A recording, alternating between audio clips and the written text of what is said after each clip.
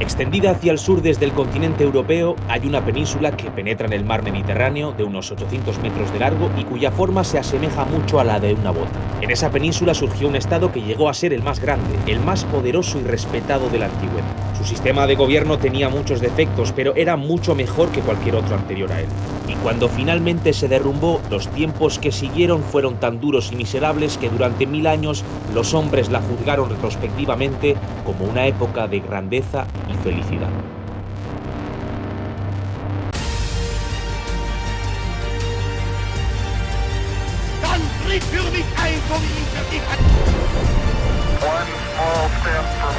¡Hasta la victoria siempre! The greatest nation on earth. Классных иллюзий. 国泰民安. Nos situamos entre el siglo IX y VIII a.C. En este momento el Mediterráneo es el centro de la civilización en Europa. Los griegos se habían extendido por el Mediterráneo occidental, fundando numerosas colonias desde la costa catalana hasta la costa turca. El sur de Italia fue colonizada también por los griegos, donde construyeron prósperas ciudades. Esta región fue conocida gracias a este fenómeno como Magna Grecia posteriormente. Siguiendo con la descripción del panorama en el Mediterráneo, encontramos en el borde oriental a los fenicios, que fueron eficaces colonizadores también y que fundan la ciudad de Cartago, en la actual Túnez, en el año 814 a.C. Pues bien, entre la Magna Grecia y la recientemente fundada ciudad de Cartago se hallaba la isla de Sicilia, colonizada por los griegos en sus tramos orientales y por los cartagineses en el oeste. Su ciudad más poblada, Siracusa, fue fundada en el 734 a.C. La situación a mediados del siglo VIII a.C. queda más o menos descrita con lo que os he explicado, pero falta presentar a un actor importante en esta función, los etruscos. Un pueblo de origen centroeuropeo, un pueblo que domina el hierro y que ha conseguido crear una red de importantes ciudades en el centro de Italia, limitando con los griegos al sur y los cartagineses al sudoeste.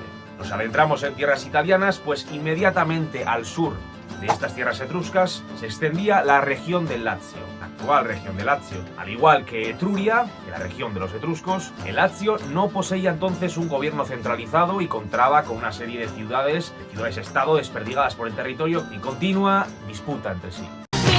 La ciudad más importante de esa región era Alba Longa, a unos 20 kilómetros del lugar donde se fundaría la capital del mundo. Estoy hablando, por supuesto, de Roma. Vamos a intentar explicar cómo se fundó, una de las grandes ciudades de la antigüedad. Mucho se ha hablado durante la historia sobre la fundación de Roma, y aunque los detalles concretos de la fundación están envueltos en una nube que creo que no se va a poder disipar, al menos por completo nunca, en los siglos, décadas posteriores a los que estaba apenas hace un minuto analizando, cuando Roma ya era una gran ciudad de la antigüedad, los historiadores romanos tejieron fantasiosas historias sobre la fundación de la ciudad y los sucesos que la siguieron.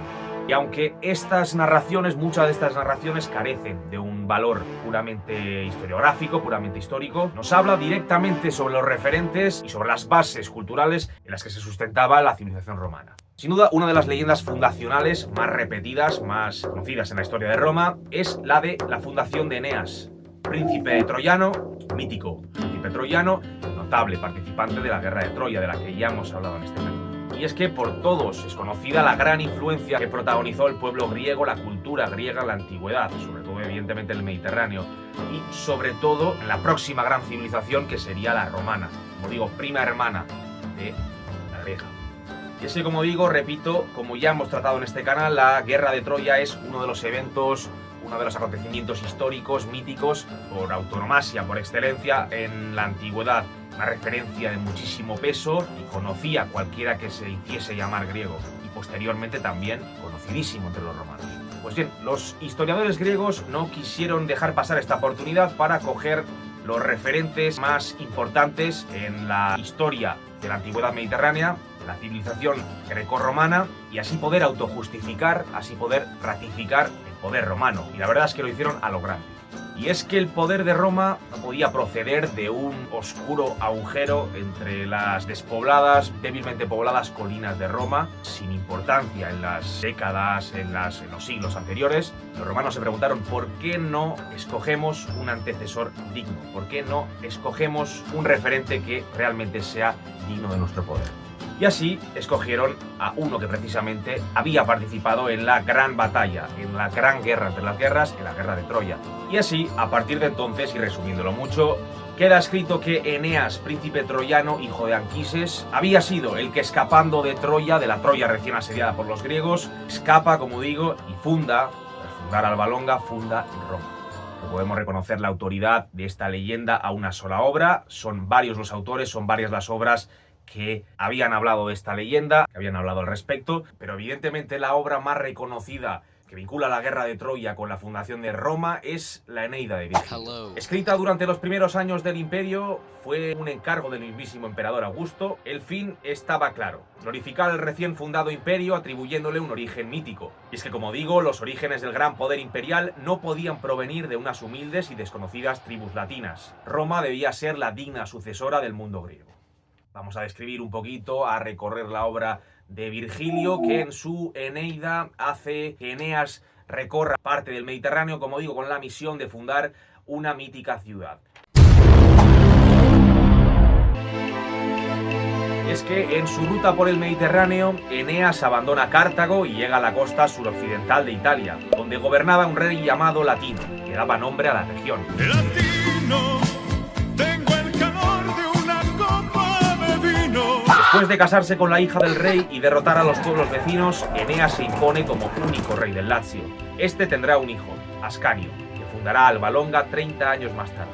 La leyenda no acaba aquí. Y es que se dice que un posterior rey de Alba Longa fue desterrado por su hermano menor. El verdadero rey tenía dos hijos, que al nacer fueron enviados a morir por el usurpador. Por ello, fueron colocados en una cesta lanzada al río Tíber. Pero la cesta encalló en la costa, en el monte Palatino.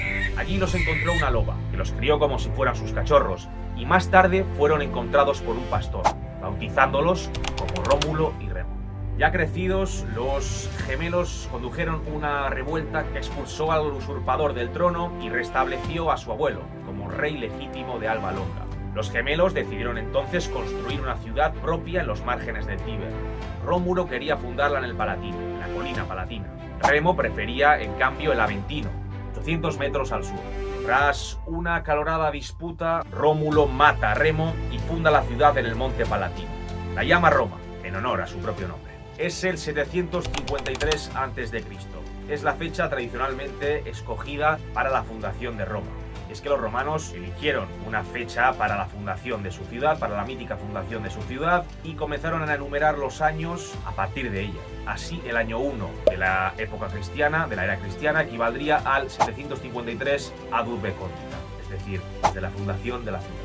Os suena la leyenda, ¿verdad? La obra de Virgilio está repleta de pasajes increíbles, llenas de mitología, llenas de magia, llenas de referencias que beben de fuentes anteriores, beben de grandes obras de la literatura griega, como puede ser la Odisea de Homero, por supuesto, gran referente. Pero lo cierto es que si nos ceñimos a la pura realidad, la fundación de Roma, de la Roma histórica, tiene nada o poco que ver con la obra de Virgilio.